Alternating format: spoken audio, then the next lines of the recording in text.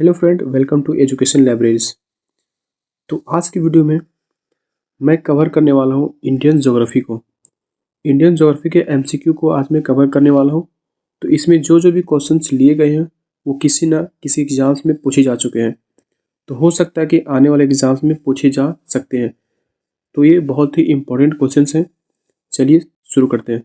जैसे कि यहाँ पे लिखा हुआ है कि पहला क्वेश्चन यहाँ पे है कि उकाई बांध किस नदी पर स्थित है। ठीक है, उकाई बांध जो है वो किस नदी पर स्थित है।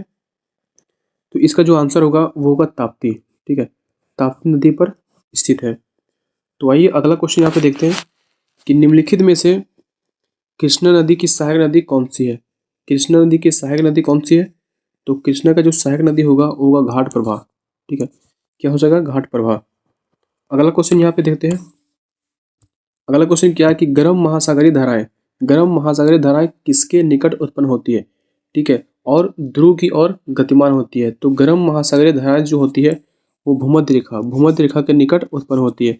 तो यहाँ पे जो राइट आंसर क्या होगा, भूमध्य रेखा।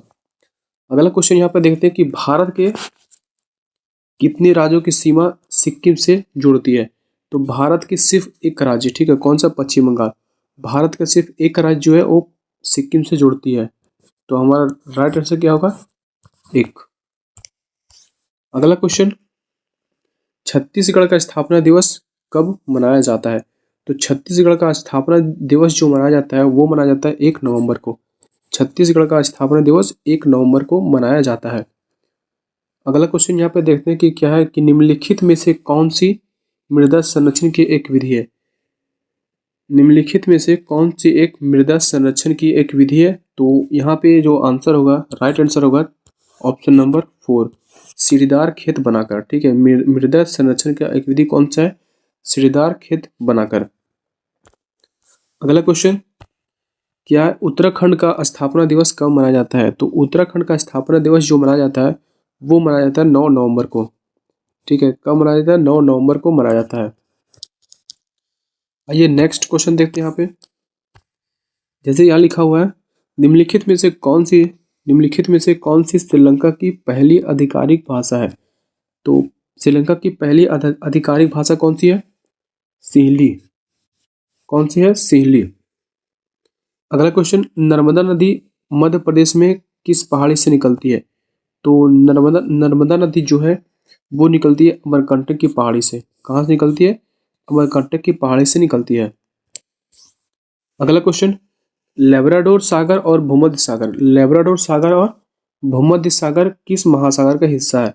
तो लेब्राडोर सागर और भूमध्य सागर जो है वो हिस्सा हो जाएगा अटलांटिक महासागर का। ठीक है, ऑप्शन नंबर 1 जो होगा वो राइट आंसर होगा, अटलांटिक महासागर से, सॉरी, अटलांटिक महासागर का हिस्सा है। अगला क्वेश्चन, प्यूर्टोरिको, प्यूर्टोरिको निम्नलिखित में से किस महासागर में स्थित है। प्यूर्टोरिको एक खाई है। ठीक है, प्यूर्टोरिको क्या है, खाई है जो किस महासागर में स्थित है। तो ये होगा अटलांटिक महासागर। ठीक है, अटलांटिक महासागर में प्यूर्टोरिको खाई स्थित है। आइए देखते हैं नेक्स्ट क्वेश्चन क्या है कि मिट्टी के सबसे निचली परत को क्या कहा जाता है। मिट्टी के सबसे निचली परत को क्या कहा जाता है। तो मिट्टी के सबसे निचली परत को तल सेल, तल सेल कहा जाता है। मिट्टी के सबसे निचली परत को तल सेल कहा जाता है। आइए देखते हैं नेक्स्ट क्वेश्चन क्या है। जैसे कि हिंद महासागर में कौन सा समुद्री बंदरगाह स्थित है। हिंद महासागर में कौन सी समुद्री बंदरगाह स्थित है। तो इसका जो आंसर होगा वो होगा कोची पोर्ट केरल। कोची पोर्ट केरल जो है एक समुद्री बंदरगाह है जो हिंद महासागर में स्थित है। ठीक है, आइए देखते हैं नेक्स्ट क्वेश्चन क्या है। तमिलनाडु, आंध्र प्रदेश और केरल में पाए जाने वाली किस प्रकार की मिट्टी, ठीक है, पाए जाने वाली किस प्रकार की मिट्टी काजू जैसी फसलों के लिए सबसे महत्वपूर्ण होती है। तो काजू जैसे फसलों की सबसे महत्वपूर्ण मिट्टी कौन सी है। तो लाल लेटराइट मिट्टी। ठीक है, लाल लेटराइट मिट्टी जो है वो काजू के लिए बहुत ही महत्वपूर्ण मिट्टी होती है। अगला क्वेश्चन, निम्नलिखित में से कौन सा ऊर्जा एक पारंपरिक स्रोत है। ऊर्जा का एक पारंपरिक स्रोत कौन सा है। निम्नलिखित में से कौन सा ऊर्जा का एक पारंपरिक स्रोत है। तो इसका जो आंसर होगा वो होगा एक, ऑप्शन नंबर 1, कोयला। ठीक है, कोयला जो है ऊर्जा का एक बहुत ही पारंपरिक स्रोत है। अगला क्वेश्चन, नहर की एक जलगिरीवा जहां पानी को बलपूर्वक उत्थान द्वारा, ठीक है, उत्थान द्वारा भूमि के ढलान के विपरीत, ठीक है, भूमि के ढलान के विपरीत दिशा में प्रवाहित किया जाता है वह क्या कहलाती है? तो भूमि के विपरीत दिशा में प्रवाहित किया जाता है वह क्या कहलाता है? तो वह कहलाता है उत्थापन प्रणाली, ठीक है, उत्थापन प्रणाली कहलाता है। अगला क्वेश्चन यहाँ पे देखते हैं क्या है कि किस श्रेणी को ऊपरी एशिया के रीढ़ के रूप में जाना जाता है? तो ऊपरी एशिया की रीढ़ के रूप में किसको जाना जाता है, किस श्रेणी को? तो यहाँ पे जो आंसर होगा वो होगा काराकोरम श्रेणी। काराकोरम श्रेणी को एशिया का ऊपरी एशिया के रीढ़ के रूप में जाना जाता है। आइए देखते हैं नेक्स्ट क्वेश्चन क्या है कि भारत में हरित क्रांति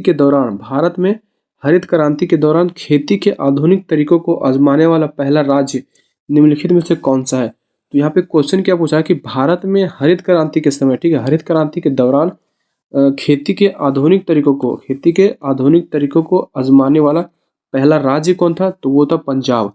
कौन सा था? पंजाब जो है वो हरित क्रांति के दौरान खेती के आधुनिक तरीकों को आजमाया था।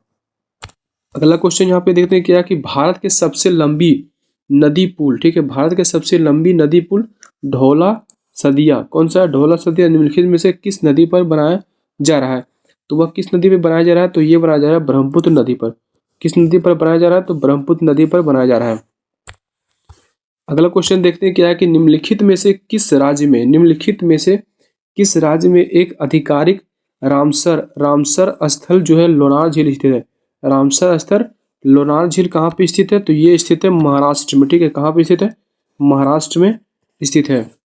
नेक्स्ट क्वेश्चन यहाँ पे देखते हैं कि गंगा का सहायक नदी इनमें से कौन नहीं है? ठीक है, गंगा का सहायक नदी इनमें से कौन नहीं है? तो सबसे पहले यहाँ पे देखते हैं कौन कौन है। तो गंगा का सहायक नदी जो है वो गंडक है, उसके बाद दूसरा कोसी है, तीसरा यमुना है, कृष्णा जो है वो गंगा का सहायक नदी नहीं है। तो इसका जो राइट आंसर होगा वो क्या होगा? कृष्णा। अगला क्वेश्चन क्या है कि बिहार का शोक निम्नलिखित में से किस नदी को कहा जाता है? तो बिहार का शोक किसको कहा जाता है? बिहार को शोक कहा जाता है कोसी नदी को, ठीक है, कोसी नदी को बिहार का शोक कहा जाता है। तो इसका जो राइट आंसर होगा वो होगा कोसी नदी। नेक्स्ट क्वेश्चन क्या है कि बारालाचा दर्रे के दोनों किनारे से निकलने वाली दो जल धाराएं, ठीक है, बारालाचा जो है दर्रा उसके दो किनारों से निकलने वाली जो दो जल धाराएं चंद्र और भागा, ठीक है, चंद्र और भागा निम्न में से कौन सी नदी बनाती है?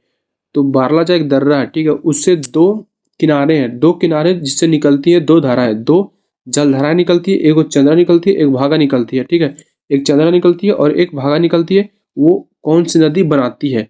तो वह कौन सी नदी बनाती है? तो यहाँ पे चिनाब, ठीक है, चिनाब नदी बनाती है। तो इसको जो राइट आंसर होगा वो क्या होगा? चिनाब नदी। अगला क्वेश्चन देखते हैं यहाँ पे निम्नलिखित में से कौन सा संग्रहालय कटक में स्थित है? कौन सा संग्रहालय कटक में स्थित है? तो यहाँ पे देखते हैं पहला, ठीक है, ऑप्शन नंबर 1 जो होगा राइट आंसर होगा नेताजी जन्म स्थान संग्रहालय, ठीक है, नेताजी जन्म स्थान संग्रहालय जो है वो कटक में स्थित है। अगला क्वेश्चन यहाँ पे देखते हैं क्या है कि भारतीय वन्यजीव अधिनियम किस वर्ष लागू किया गया था? ठीक है, भारतीय वन्यजीव अधिनियम जो है वो 1972 में लागू किया गया था, ठीक है, ऑप्शन नंबर 3 जो होगा वो राइट आंसर होगा 1972 में लागू किया गया था। अगला क्वेश्चन यहाँ पे देखते हैं क्या लिखा हुआ है कि प्रवद और मंजीरा और मनेर नदियां किस नदी की दाहिनी सहायक नदी है? ठीक हो, तो दाहिनी सहायक नदी किसकी है? तो ये है गोदावरी की, ठीक है, किसकी दाहिनी सहायक नदी है? गोदावरी की सहायक नदी है। तो आज के वीडियो यहीं पे समाप्त करते हैं। अगर वीडियो आपको अच्छा लगा हो तो वीडियो को लाइक करके चैनल को सब्सक्राइब कीजिएगा। Thank you.